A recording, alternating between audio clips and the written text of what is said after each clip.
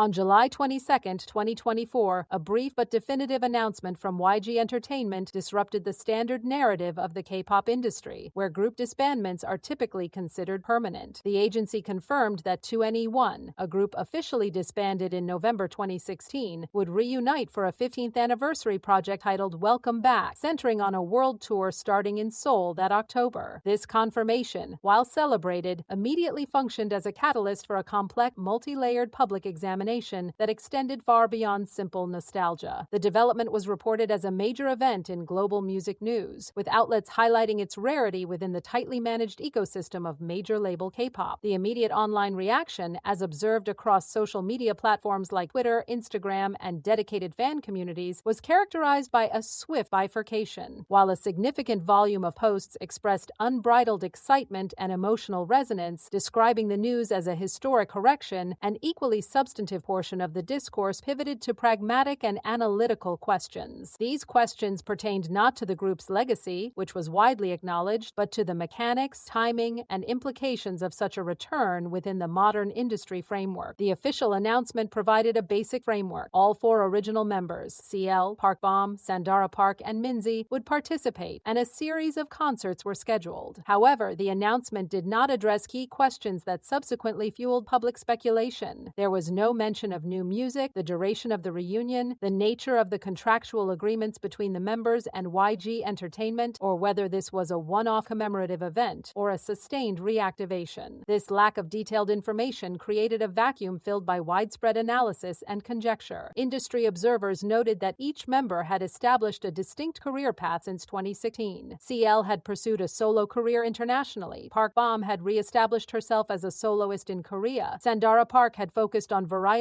television and acting. And Minzy had founded her own entertainment academy and released independent music. The logistics of aligning these independent endeavors for a sustained group promotion became a point of external discussion and curiosity. The subsequent rollout of ticket sales provided the first tangible data point for the reunion's commercial viability. Reports indicated that tickets for the initial Seoul concerts sold out within minutes, a phenomenon widely covered by both entertainment and financial news sectors. This commercial success was often cited as evidence of enduring fan loyalty, often referred to as the blackjack fandom's purchasing power. However, the ticketing process itself became a minor sub-issue, as it often does for major events, with fan complaints about platform stability and reseller scalping appearing on community forums. These complaints were not unique to this event, but were part of the observed narrative surrounding its execution. As the tour commenced in October 2024, media coverage shifted to performance reviews and audience reactions. Concert reviews from news outlets in various tour cities consistently noted the powerful audience response, the members' seasoned stage presence, and the production quality. A frequent observation was the demographic range of the audience, which reportedly included longtime fans who had followed the group since 2009 alongside newer, younger fans who had discovered their music digitally years after their disbandment. This intergenerational appeal was highlighted as a distinctive feature of the reunion. Simultaneously, the online conversation evolved from anticipation to real-time commentary. Fan-generated content from the concerts, including clips of performances and audience sing-alongs, flooded social media platforms. Within these discussions, a recurring analytical theme was the direct comparison of 2NE1's musical and stylistic signatures with those of current top girl groups. Commentators and fans alike, without assigning value judgment, pointed to similarities in concepts, such as girl crush, self-confidence anthems, and fashion-forward, individualistic styling between 2NE1's catalog and the work of several prominent fourth-generation groups. This analysis was framed as a discussion of artistic influence and genre evolution. The business implications of the reunion became a prominent thread in industry-focused media. Analysts published reports examining the financial logic for YG Entertainment. These reports suggested that reviving a heritage act with a pre-existing global fan base and a deep catalog represented a lower-risk, high-reward venture compared to the immense investment required to launch and break a new group in a saturated market. The tour's reported attendance of over 250,000 and its geographical span were cited as key performance indicators. Furthermore, the reunion sparked a broader industry conversation about the life cycle of K-pop idols and the potential for legacy acts. Traditional models often emphasize a concentrated period of peak activity, followed by a decline in group promotions as members pursue solo careers or other ventures. departures, frequently leading to disbandment. The 2NE1 reunion, along with a handful of other examples from second-generation groups, was presented as a challenge to this model, suggesting that under the right conditions, a disbanded group could reactivate as a viable commercial entity. A subtle but persistent undercurrent in the public discussion involved reflections on the group's initial dissolution. While the 2024 reunion was not framed as a corrective to past events, factual reporting on the comeback inevitably referenced the group's history, including the 2014 hiatus, Minzy's departure in 2016, and the subsequent official disbandment. This historical context was typically presented in mainstream reporting as essential background for understanding the emotional weight of the reunion for fans. In fan communities, however, some discussions did involve retrospective analysis of YG Entertainment's past management decisions, though these were largely contextualized as historical footnotes to the present-day event rather than active controversies. Following the conclusion of the Welcome Back tour, the public narrative entered a phase of assessment and forward-looking speculation. The members returned to their individual schedules, but their social media interactions, which occasionally included references to the tour or to each other, were closely monitored by fans for hints of future collaborative activity. The primary unresolved question fueling ongoing discussion is the long-term status of the group. Official channels have not declared the reunion to be a permanent restart, leaving its classification ambiguous. This ambiguity itself has become a topic of analysis, with commentators noting that it allows for flexibility. The group could reconvene for future special projects without the pressure of a continuous, full-time promotion schedule, a model more familiar in Western music industries than in K-pop. The situation, as it is currently understood from observable reporting and discussion, demonstrates that the 2NE1 reunion was a significant commercial and cultural event that succeeded in its immediate goals. Its broader impact appears to be its contribution to an ongoing industry-wide dialogue. This dialogue encompasses the value of legacy intellectual property, the evolving relationship between idols and their agencies after initial group contract conclude, the power of fan nostalgia as a market force, and the definition of a group's life cycle within a fast-moving, youth-oriented industry. The reunion did not spark a single defined controversy, but rather served as a complex case study that illuminated existing questions about business practices, artistic legacy, and fan culture. The conclusions from this case study remain open, with various industry stakeholders, agencies, current idols, and fan communities likely drawing their own lessons from the event's unfolding and its measurable outcomes. The final observation is that the event has been solidified as a notable precedent, one that may influence how other agencies view their own retired groups and how fans of other disbanded acts perceive the possibility, however remote, of a future reunion.